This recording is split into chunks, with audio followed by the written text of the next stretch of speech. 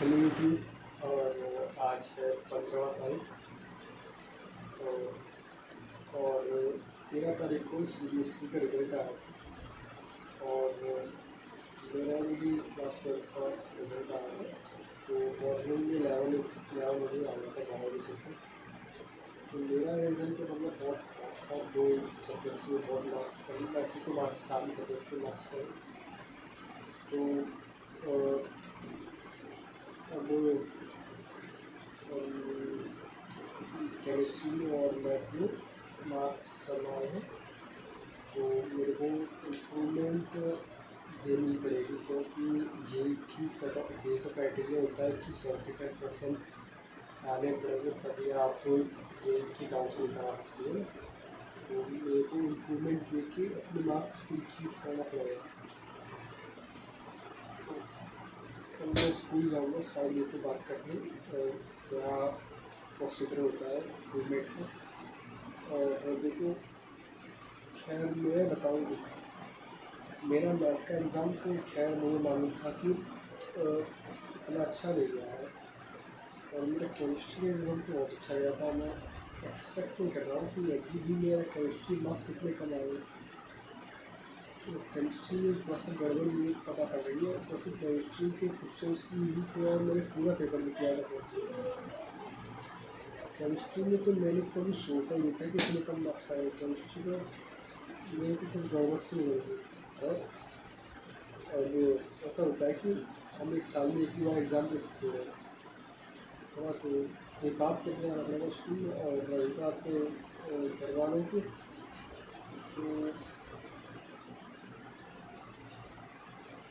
बहुत दुख तो खैर होता है, लेकिन क्या होता है, दुख तो नहीं होता है यार।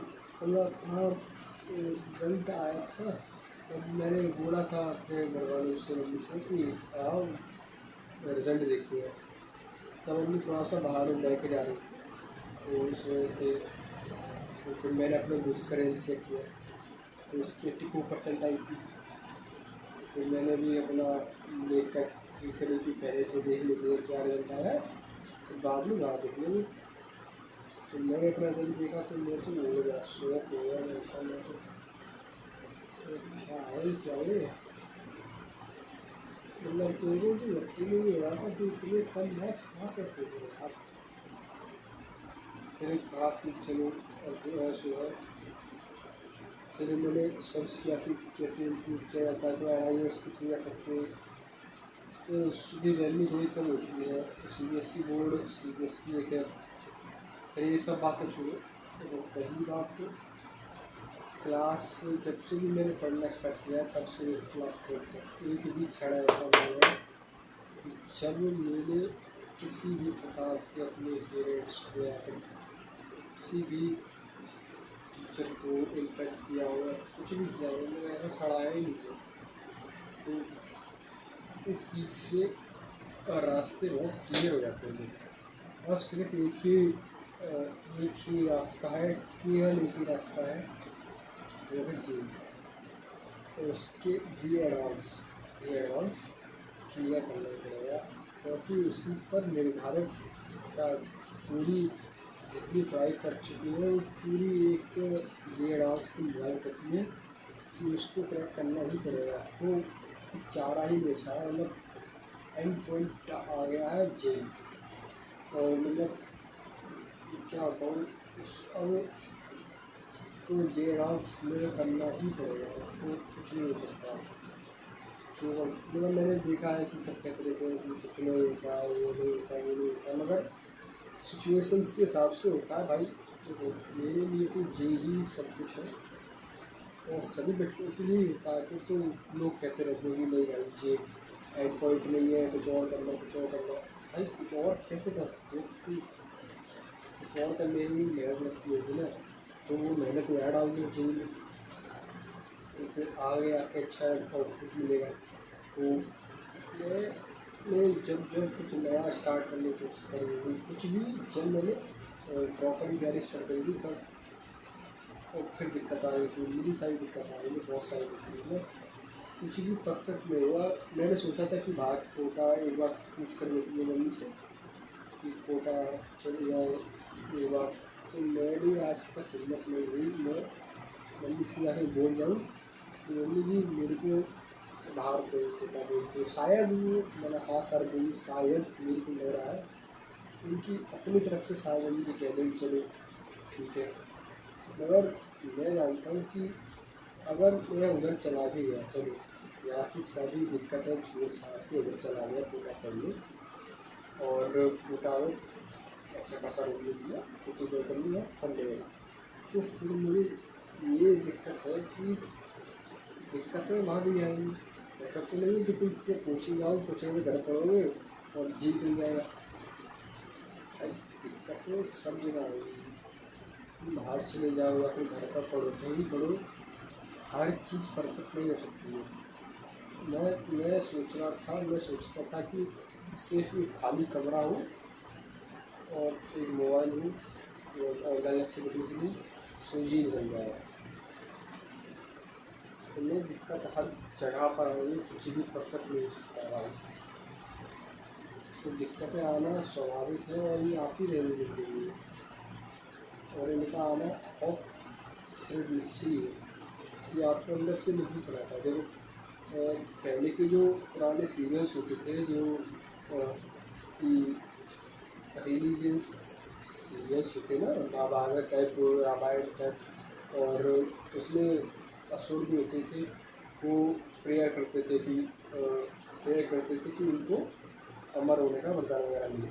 तो ईश्वर जो होते थे वो उनकी प्रतीक्षा लेते थे कि ये उस काल उस लायक की नहीं है, अभी उसको टेस्ट करते थे ना, तो वो उनकी बेसिकल क्या कहते थे, वो कुछ भी करते थे, तो बस इन्हीं चीज़ों को अपने हिसाब से ढकने की कोशिश करोगे, वो आपकी परीक्षा ले रहा है कि तुम उस चीज़ से काबिल हो कि नहीं। और मेरा भी अब क्लियर हो चुका है कि मैं ना जेई क्लियर करना ही पड़ेगा।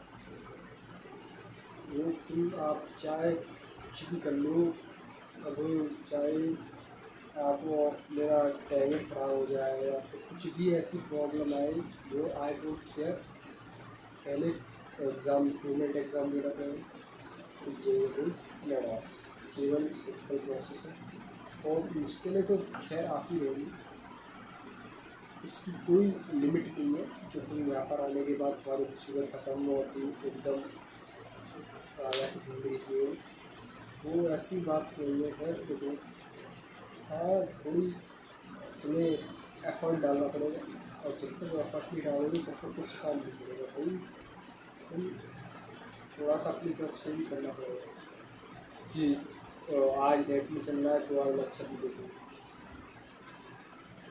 ये सब भागे होते हैं यार, वो टेस्ट कर रहा होता है, ये सब बातें बताओगे नहीं, बस उनको इम्प्लीमेंट करना बहुत ज़रूरी है।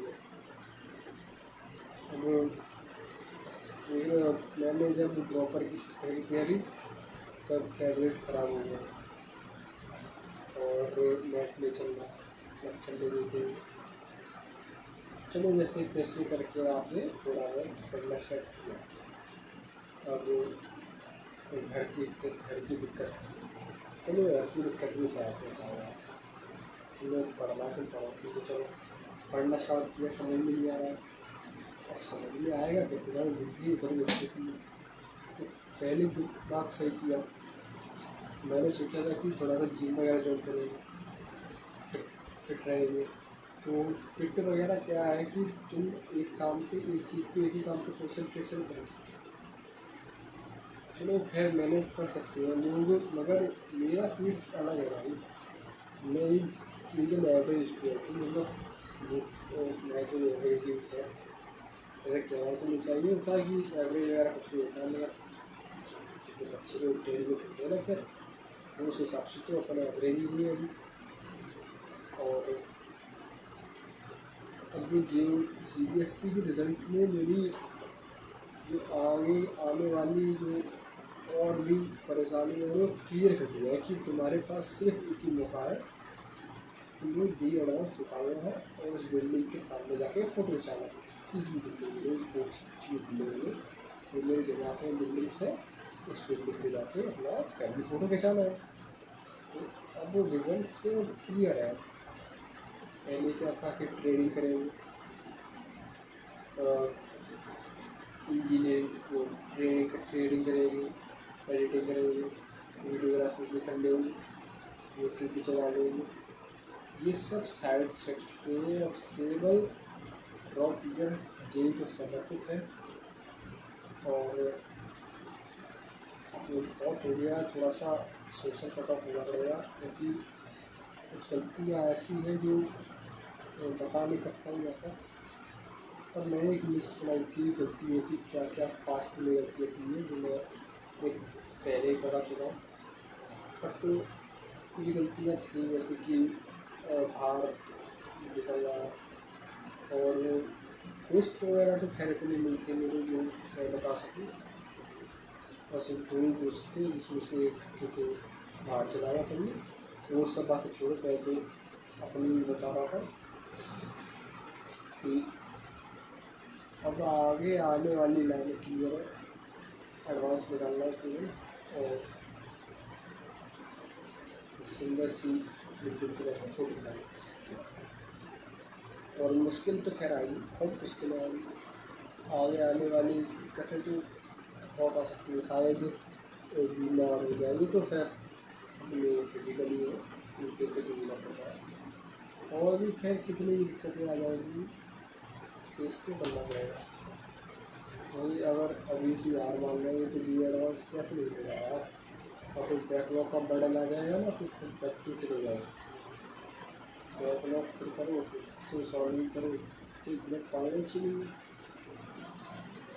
और रही बात रिजल्ट की, तो फिर मैं कल स्कूल में आके थोड़ा बात करूँगी कि कैसे आप अपने मार्क्स इम्प्रूव करा सकते हैं, जैसे कि क्राइटेरिया को पास कर सकें।